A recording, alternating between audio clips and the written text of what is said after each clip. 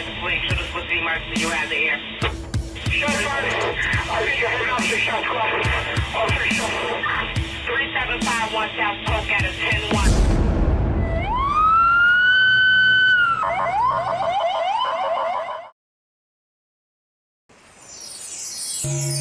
My name is Vic Maggio, and I'm a reporter that has covered the crime on the streets of Chicago for nearly a decade.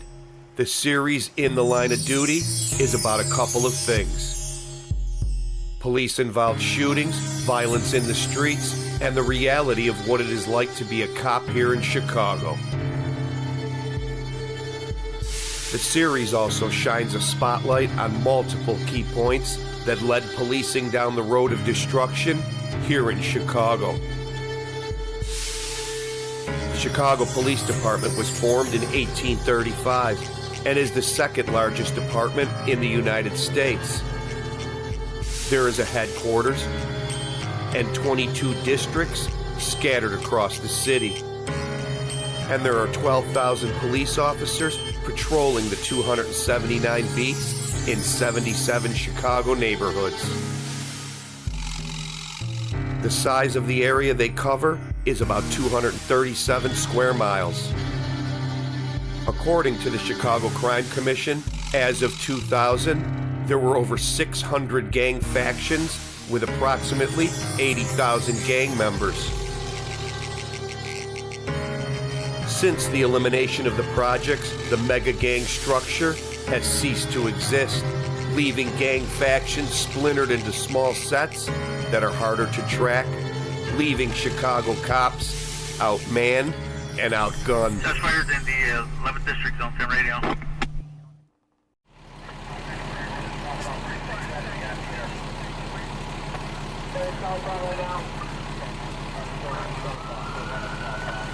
Over the years, I've followed Chicago police chasing down shooters, carjackers, and all sorts of criminals through the streets, alleys, and buildings in the neighborhoods in Chicago. On multiple occasions, shots were fired at cops while my camera was rolling. The danger is as real as it gets. In this series, the actions of cops will be analyzed by me through the eye of CPD body cam footage. A bunch of people over here. I'm getting a big crime scene. I got two down at 4-6 in Rockwell. They're in real bad shape. Tell everybody it's rifle rounds again. It's all over. Be careful. Got 223 rounds all over the place. In the line of duty, Chicago cops deal with gunshot victims every day. And every year, thousands of people are shot, and sometimes cops try to save the lives of the people that are shot.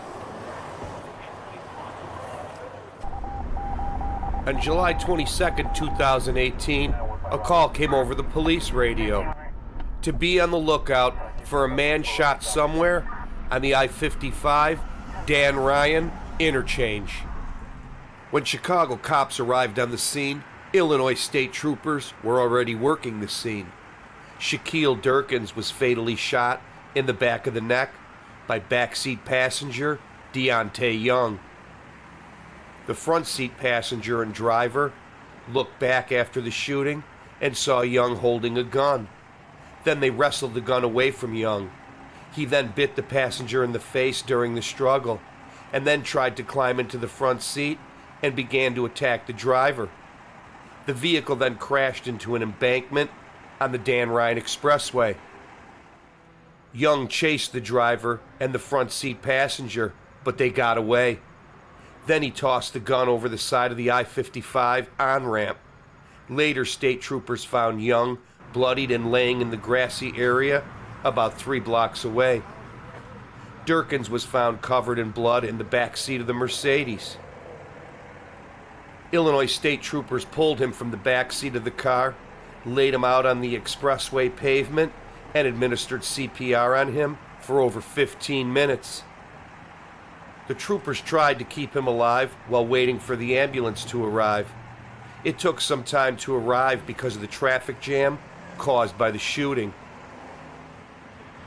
After the paramedics arrived, they continued CPR but sadly Durkins lost the battle and died. He was covered with a sheet and taken away by paramedics. An arrest warrant was issued and Young was charged with first-degree murder in the shooting of 33-year-old Shaquille Durkins. The media here in Chicago ignored this story because it did not fit their narrative that white cops are killing black men on the streets of Chicago. And no villain or racism equals no story. In this incident, the two state troopers went above and beyond the call of duty. From 2019 to 2022, there were over 500 expressway shootings, and shutting down expressways due to shootings have now become the norm here in Chicago.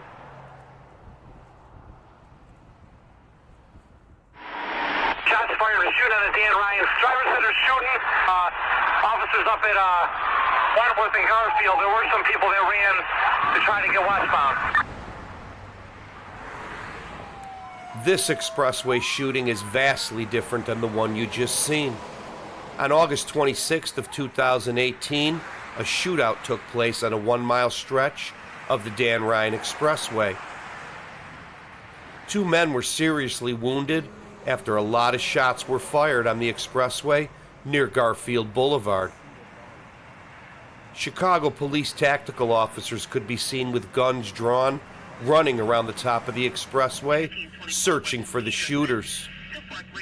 The victims in the white SUV were traveling southbound on the Ryan when a black car pulled alongside and multiple people inside opened fire on the 3 men and 2 women in the white SUV. After over 50 shots were fired throughout the 1-mile stretch of the expressway, the SUV hit a concrete barrier, and the black car with the shooters sped off and disappeared down the expressway. 2 men were hit by the gunfire. The driver was struck in the head, face, and chest, and the other man was shot in the arm. Both were in serious condition. Surprisingly, the man and the 2 women in the back seat were not hit by the gunfire.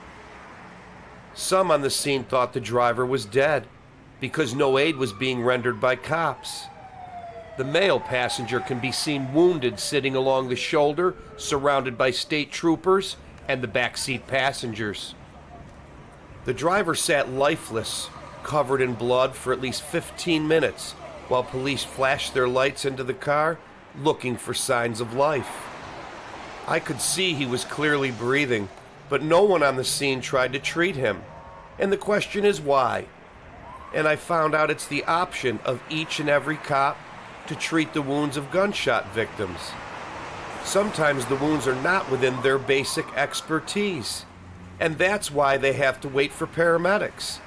The CPD now presently outfits cops with better medical kits and advanced training to treat gunshot victims. The truth is, the politicians and the CPD brass now want cops to be paramedics too, along with a whole host of other things they have heaped on the shoulders of cops. The Illinois State Police have jurisdiction over all Chicago expressways, and the CPD just assists in patrolling them.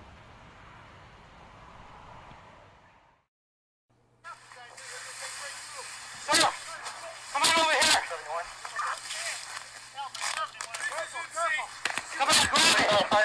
Come on, In the line of duty, cops save lives when they're in the right place at the right time. On January 20th of 2019, cops from the 20th District pulled a man to safety after he attempted to save his dog from a frozen Lake Michigan at Foster Beach in Lincoln Park. The man was out walking Pika, his 9-month-old American Eskimo mix, along the lake on a blistery cold day. He was playing with his dog when the dog got away from him and ran down the beach and disappeared over a ledge. The man ran up to the ledge and looked down over the 6-foot drop and saw his dog Pika paddling in the freezing cold water of Lake Michigan. He knew the dog was in trouble and would soon drown from the waves and the freezing water. So he jumped in after him. The water was up to his waist. He grabbed hold of Pika and put him over his shoulder and began to search for a way out. The ice wall was 2 feet above his head and stretched across the entire shore. Now they were both trapped. He continued frantically to search for a way out, drudging through the icy water along the shoreline. He eventually found a portion of the wall that was lower. Now he was able to lift the dog up onto the ledge, but found he could not scale the high, icy, slippery wall. He then pulled out his cell phone and dialed 911 for help. And he was lucky because his cell phone was waterproof. Just before this took place, a passerby saw the man jump into the lake and ran to 2 nearby cops and alerted them. The cops used a dog leash to pull the man to safety. They worked for 2 minutes on the icy ledge, trying to pull him out. They knew they were fighting the clock because hypothermia was about to set in. They were able to pull him out, and he and his dog were rushed across the frozen lake to a warm police squad until the ambulance arrived. The man said he knew he would have died without help from the officers that saved his life. And he was also grateful to the first responders that treated him and his dog Pika so compassionately in the ambulance and at the hospital. They allowed Pika to stay with him under the warming blanket throughout the ordeal. The unidentified man and his dog Pika would end up being fine. Cops in the line of duty save a lot of lives every year here in Chicago. But the problem is most of these events get minor media coverage, if any at all, because heroic actions like this don't fit the present cop-hating narrative. Watch your step here. Here, throw the bag in the back seat, please. Someone stuck in there?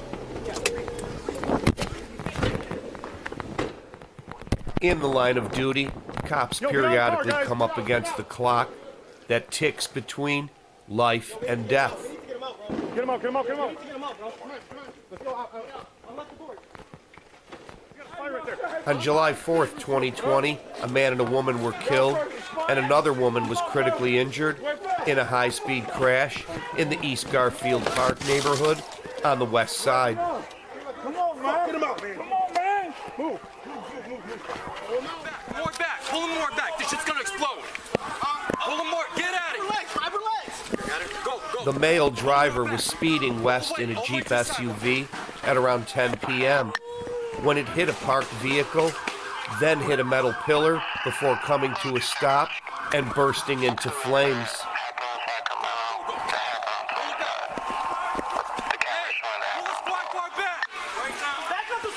Chicago police arrived on the scene and immediately started to remove all 3 people from the burning Jeep. Cops did their best under extreme circumstances to get the crash victims out of the Jeep. And they did accomplish this, but the damage had already been done by the crash itself. Had the Jeep exploded, many cops would have been injured or killed in the aftermath of this crash. The driver, 24-year-old Kenny Partee, was pronounced dead at the scene, and the 2 women passengers, ages 19 and 23, were taken to Stroger Hospital. A day later, 23-year-old Jasmine Wilson of East Garfield Park died, and the 19-year-old passenger was listed in critical condition, but she would survive.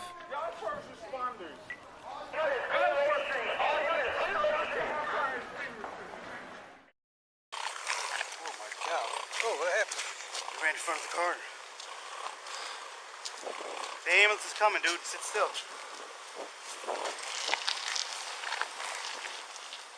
What do you have on you?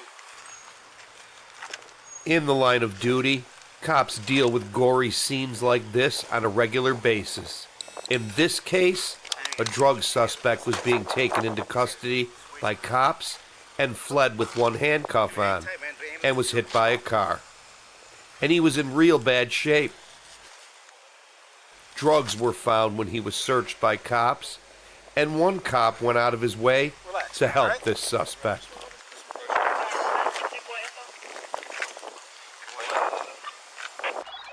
He can be seen going to his squad and pulled out a Stop the Bleeding trauma kit and immediately went and rendered aid to the bleeding man while waiting for the ambulance to arrive.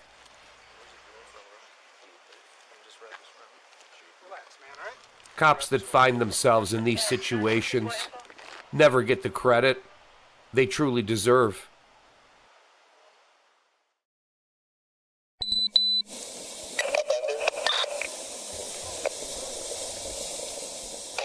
In the line of duty, cops sometimes find themselves being observers. In this case, a man and a woman were trapped in a car after hitting a pole and then crashing into a fire hydrant. The two people were trapped in the twisted metal of the vehicle, while the water from the smashed fire hydrant spewed like a geyser. Cops on the scene were left with few choices, because first they had to get the water to the fractured hydrant shut off, so the fire department could use the jaws of life to extract them from the vehicle. This all started when the blue Lexus was involved in an accident with another vehicle at Ohio and Wells Street. The female driver got out of the vehicle, and Damon Smith, the man driving the Lexus, told her he had a gun and then took off. CPD dispatch broadcast a description of the Lexus, and officers eventually spotted it and began a pursuit. That's when the Lexus crashed, fleeing from cops. Damon Smith, the driver of the Lexus, died from his injuries, and the woman passenger would recover, and a Chicago police officer on the scene also suffered minor injuries, but he would be okay. And sometimes this is just the way it is for cops in Chicago.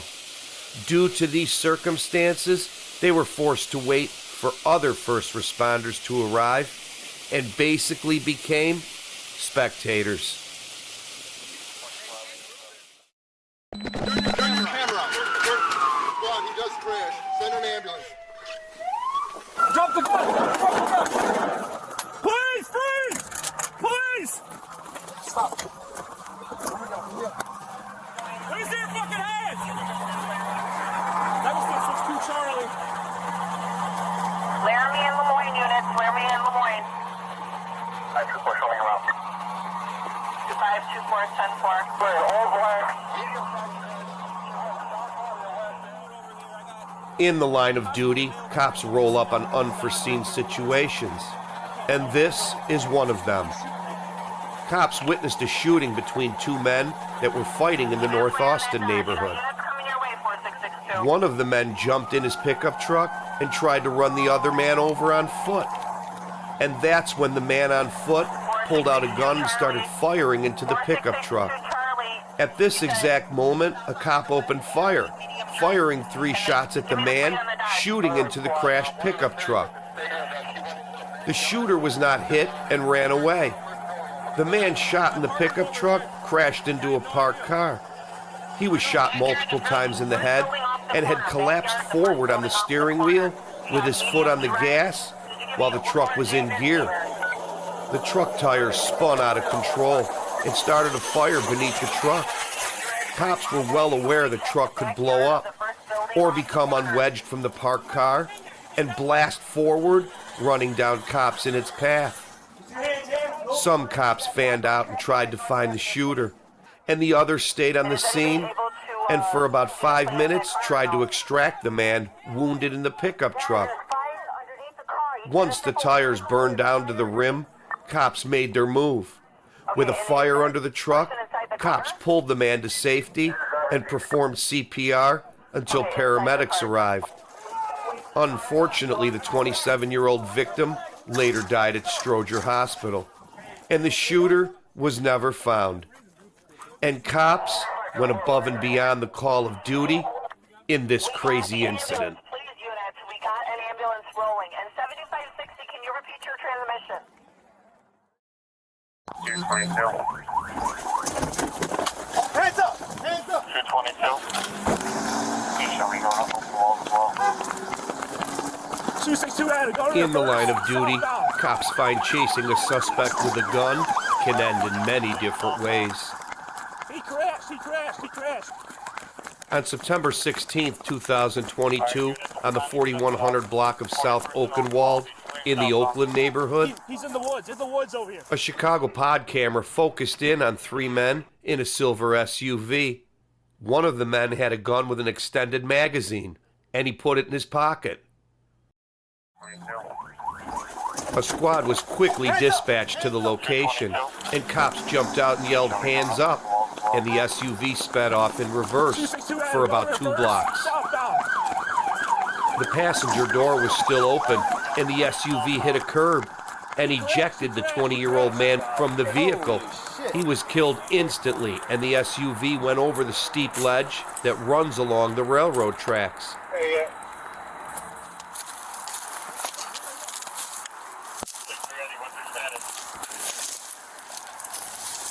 One man was immediately taken into custody by cops, and the driver fled on foot and got away.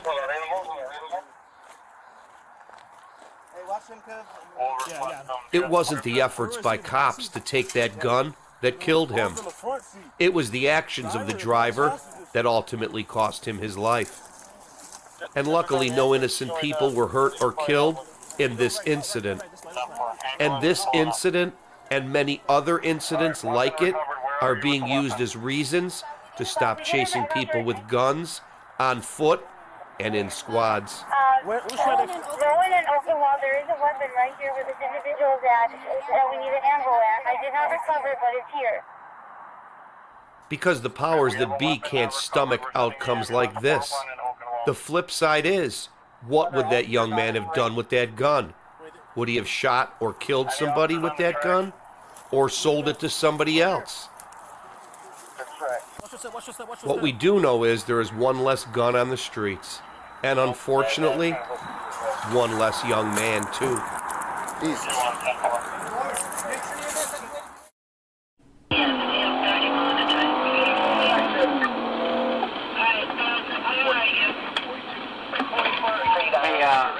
Trying to get hold of someone at Central. This is Diesel, 2nd District. We were just involved in we were chasing a car with a gun, and they crashed, and a lot of shit going on right now. The off-duty police officer witnessed a maroon Chevy with a gun hanging out the window, chasing a person on foot. They called it out, gave a detailed description of the car, description of some of the passengers. We go in the area where it was last seen. We see the car. It takes off on us. Go on a mini 2-minute chase. They get in an accident, bad accident, on like 42nd, just east of State in the alley. The victims who were in the other car, a little kid and the mom, appear to be okay. They went to the hospital to get checked up. The 3 occupants of the vehicle that we were chasing, the one in the back seat is DOA. He's dead on arrival. Okay, so there's guns. I mean, there's at least one gun that we could see that we left in the car. So, detectives aren't coming to check that out? That's for the ET, or not that we know of? No. Turn your camera on. Squad, he does crash. Send an ambulance.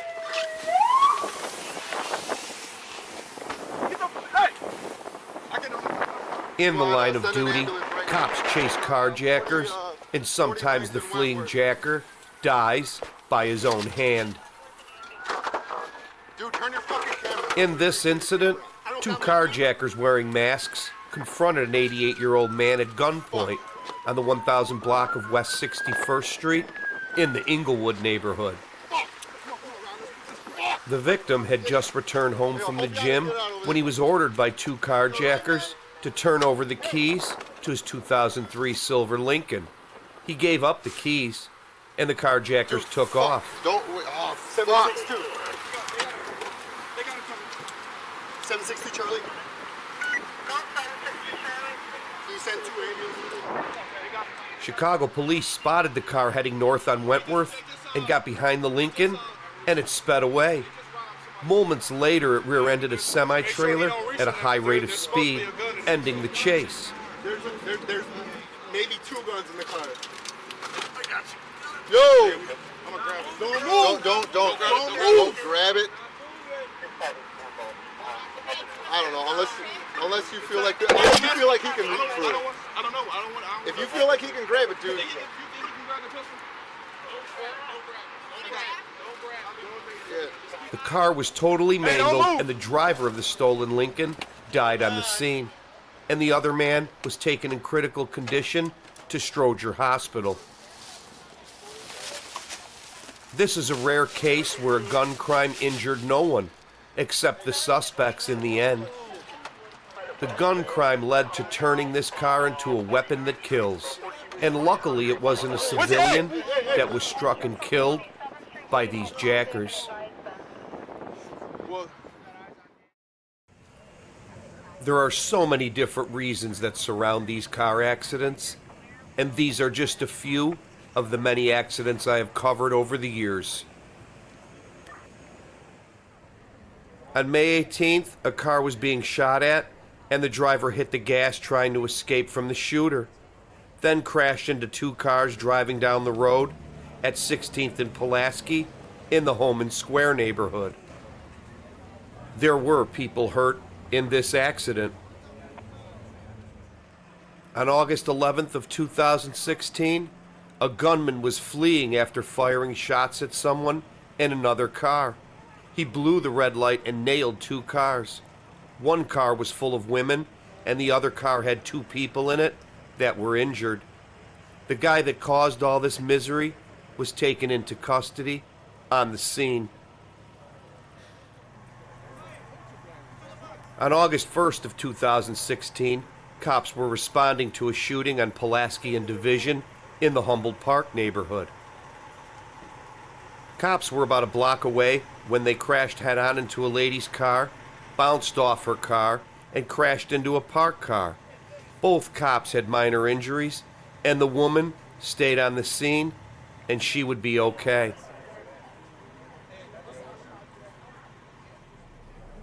On November 12th of 2016, a car full of people suspected of being involved in an earlier shooting fled after being spotted by cops.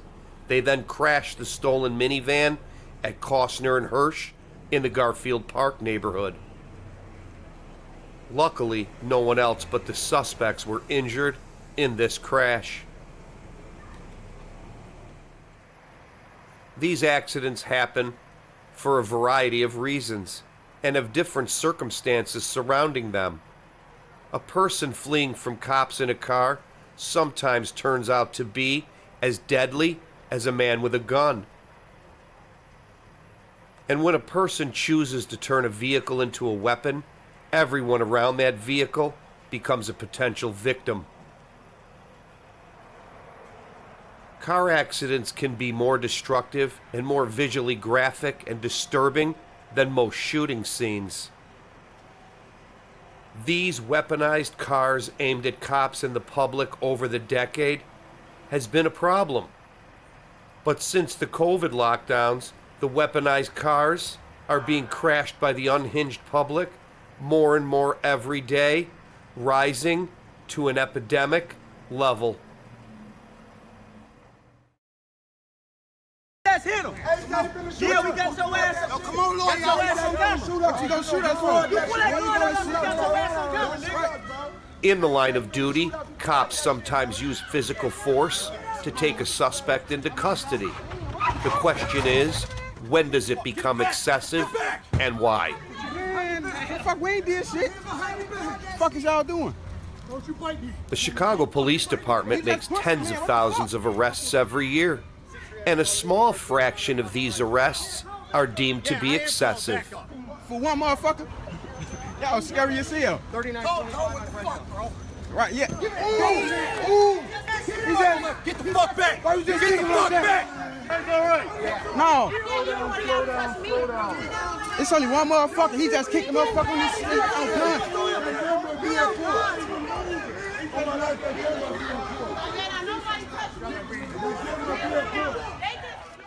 After the claims are investigated, 90% of these claims turn out to be false. And the few that are proven settle out of court with the city of Chicago. Most of these incidents are extremely questionable, and very few turn out to be criminal in nature. There are many reasons for the use of force by cops. The fact is, 85% of all documented excessive force situations start with non-compliance from the suspects.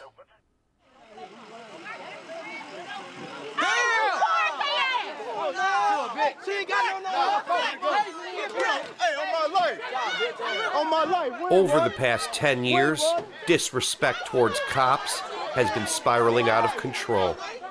This is being fueled by the media, politicians, and activists. And this type of rhetoric is creating a crisis for cops here in Chicago.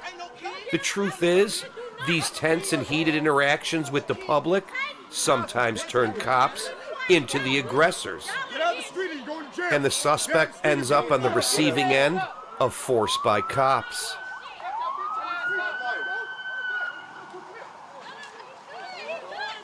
It surprises me how outraged people were over this incident, but are not equally as outraged over the 3,000 plus people a year being shot across Chicago.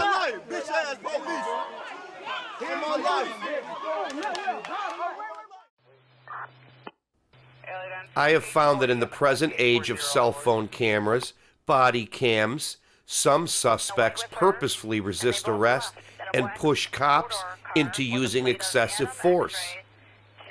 299932.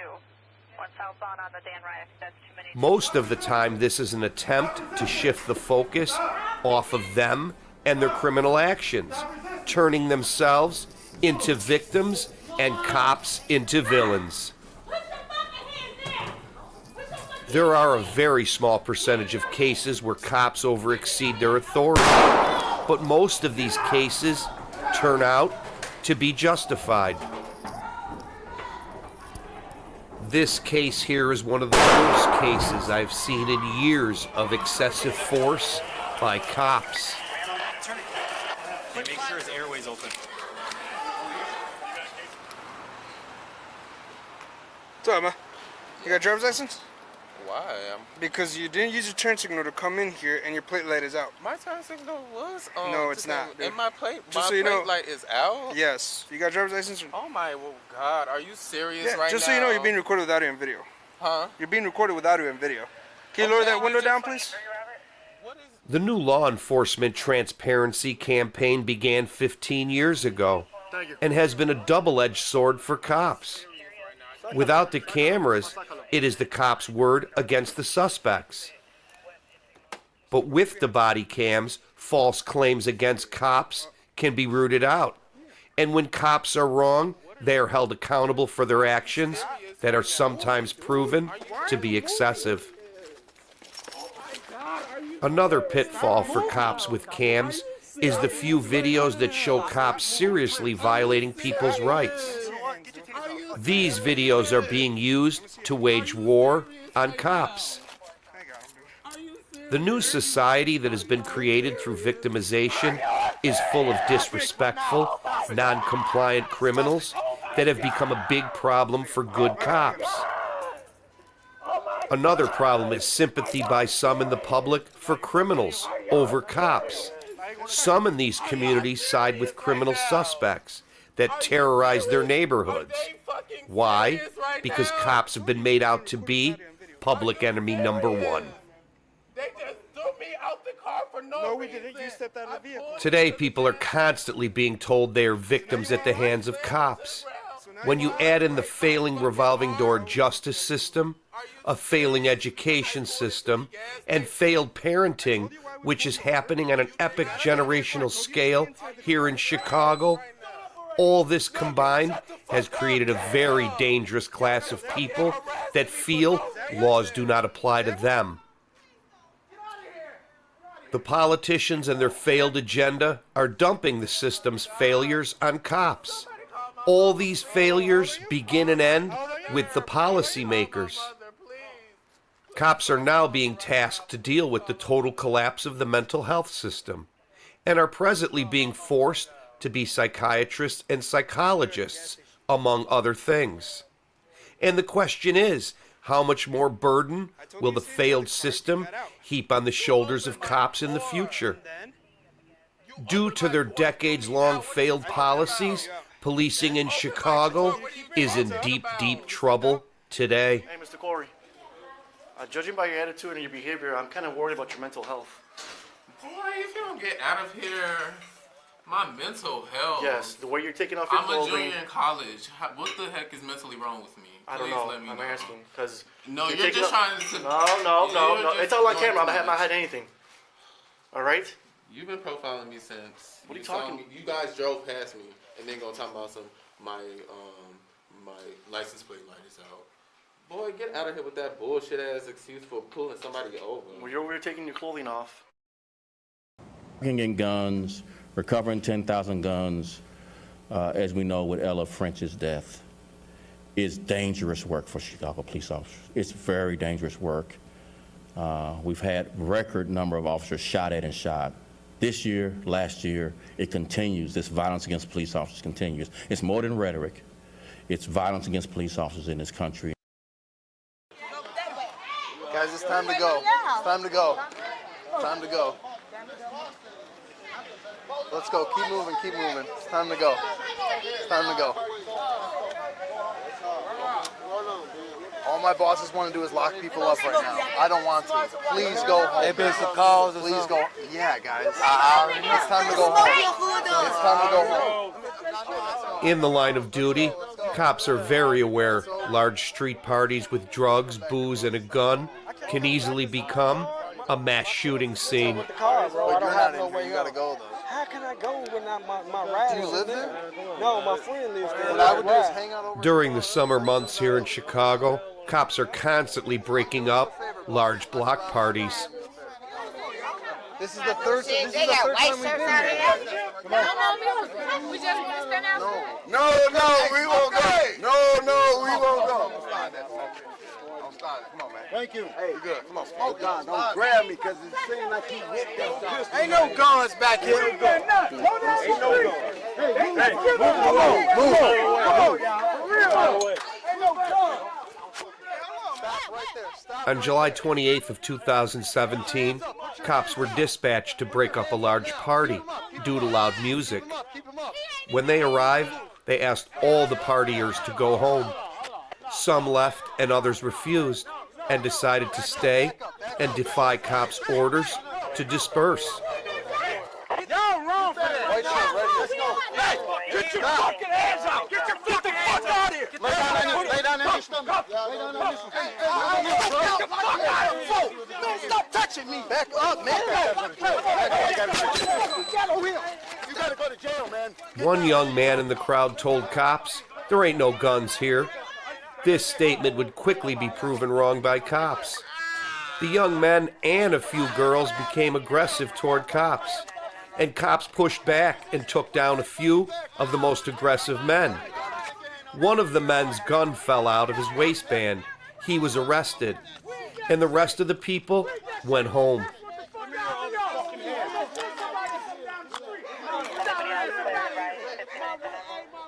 Cops are very aware of the mass shooting history in the most violent Chicago neighborhoods. 80% of them are large gatherings involving booze and drugs. That's why cops are dead set on taking them out of the hands of people under the influence at these parties. got nothing on you, right? No, I'm saying, what, y'all, that's my brother. We got a gun right there, man. There's a gun right pointed at your face. What gun? You think we're doing this for no reason? What gun? Right there. Right what gun? Where's that? Right there. Look like it's one of y'all. Yeah, okay, it's all camera, buddy. What's y'all arresting me for? I didn't do nothing wrong. Stand up. Stand up. What's y'all arresting me for?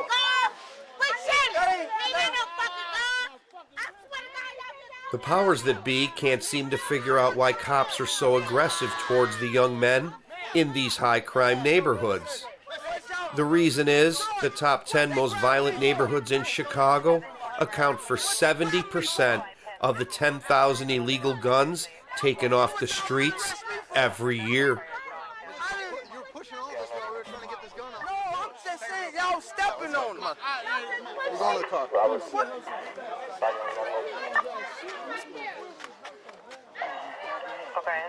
None of this had to happen, guys. All you had to do was go home. All you guys had to do was go home. 720 Robert, now we're getting 59 to Morgan. Units of 7 females supposed to be shot in the stomach in the middle of the street. We're in the Crown Vic. Let's put him in the wagon. Let's put him in the wagon. What did you do? Right, what I do? That's the crazy. What I do? Now we're getting a report, 5-1 in Champlain in the park near the tennis court. At least 12 people were just shot. Fire's rolling. Multiple tickets are hitting the board. Is that 302 cent? Looks like a semi-automatic weapon is being used. I'm trying to see right now. We got one. They're doing 6 on one. CFC's on scene already. Just give me 1 second. 201, be advised. You got 3 people shot behind Diet High School on Ellsworth Drive. Can I get another car to roll behind Diet? You got 3 people behind there that ran from the circus shot on the ground. Over the years on the bloody streets of Chicago, I have covered over 50 mass shootings. And many times I have rolled in hot on the heels of cops, rolling into these very dangerous and chaotic situations. Time is of the essence when there are multiple gunshot victims bleeding out on the streets.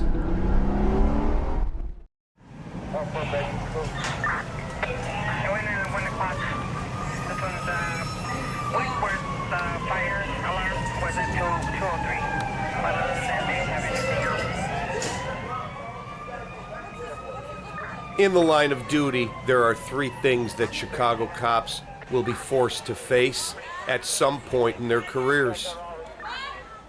1 is the murder of a child, 2 is the murder of a fellow cop, and number 3 are the mass shootings now plaguing Chicago.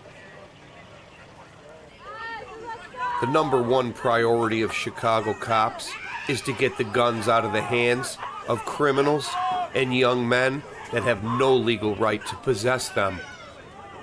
In the last segment, cops took a gun off a man at a party. Had they not taken the gun, it could have ended like these parties.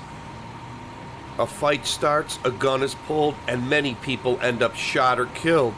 Gang turf wars, drugs, booze, and social media disses fuel these mass shootings most of the time. Can I get you to start rolling on the shot spot of 18 round 5531 on King Drive? A couple of tickets down hitting the board. A bunch of people over here. I'm getting a big crime scene. I got 2 down at 4-6 in Rockwell. They're in real bad shape. Tell everybody it's rifle rounds again. It's all over. Be careful. Got 223 rounds all over the place.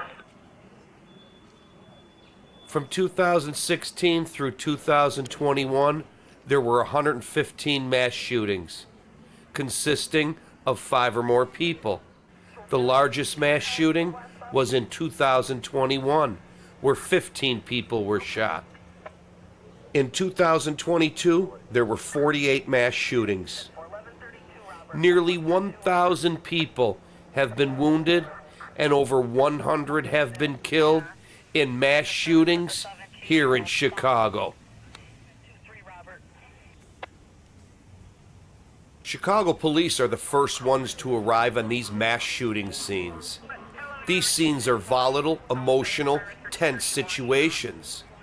Some of these crime scenes involve 100 or more people partying at these block parties, house parties, and park parties. And cops never know when they arrive if the shooter is still on the scene. But once cops step foot on the ground, the hunt for the shooter or shooters begins.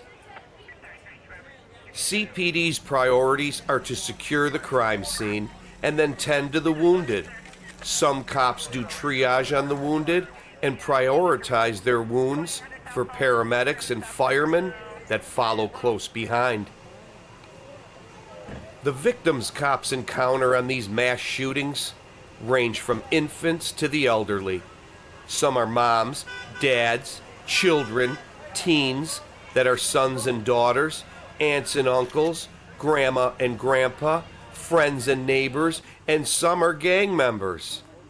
Every single one of these categories of people have been shot and sometimes killed in what I deem to be terrorist-style attacks perpetrated by violent thugs on the people of these communities. No one is safe in these communities from these killers lurking around, just waiting to attack large groups partying from rival blocks and neighborhoods. When cops first arrive on these mass shooting scenes, sometimes I arrive with them, and I can always tell right away which ones are the rookies and which ones are the veterans. The neighborhoods where a lot of these mass shootings take place are the same neighborhoods rookie cops are trained in. I call these areas the proving grounds.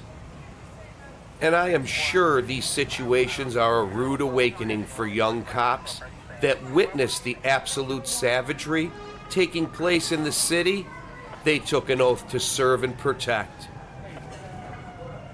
I am sure violent scenes like these test the resolve of some young cops that really want to make a difference.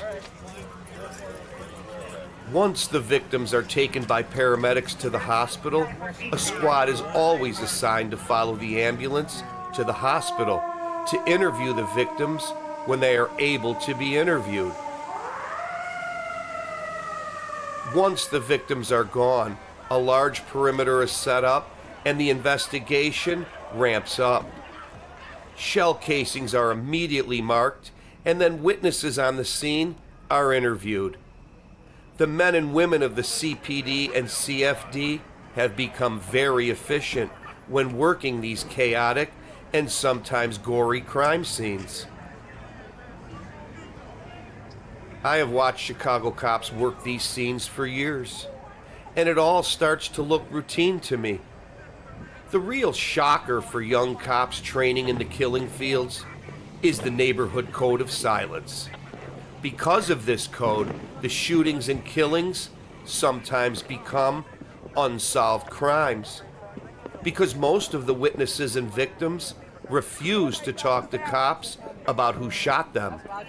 Because they do not trust them and do not want retaliation showing up at their doorsteps. And these are some of the reasons why 80% of the mass shootings and shootings in Chicago remain unsolved. The fact is, over 80% of these mass shootings and shootings in Chicago are black-on-black crimes. The result of this community code of silence leaves the shooter or shooters on the streets to kill again another day in these neighborhoods.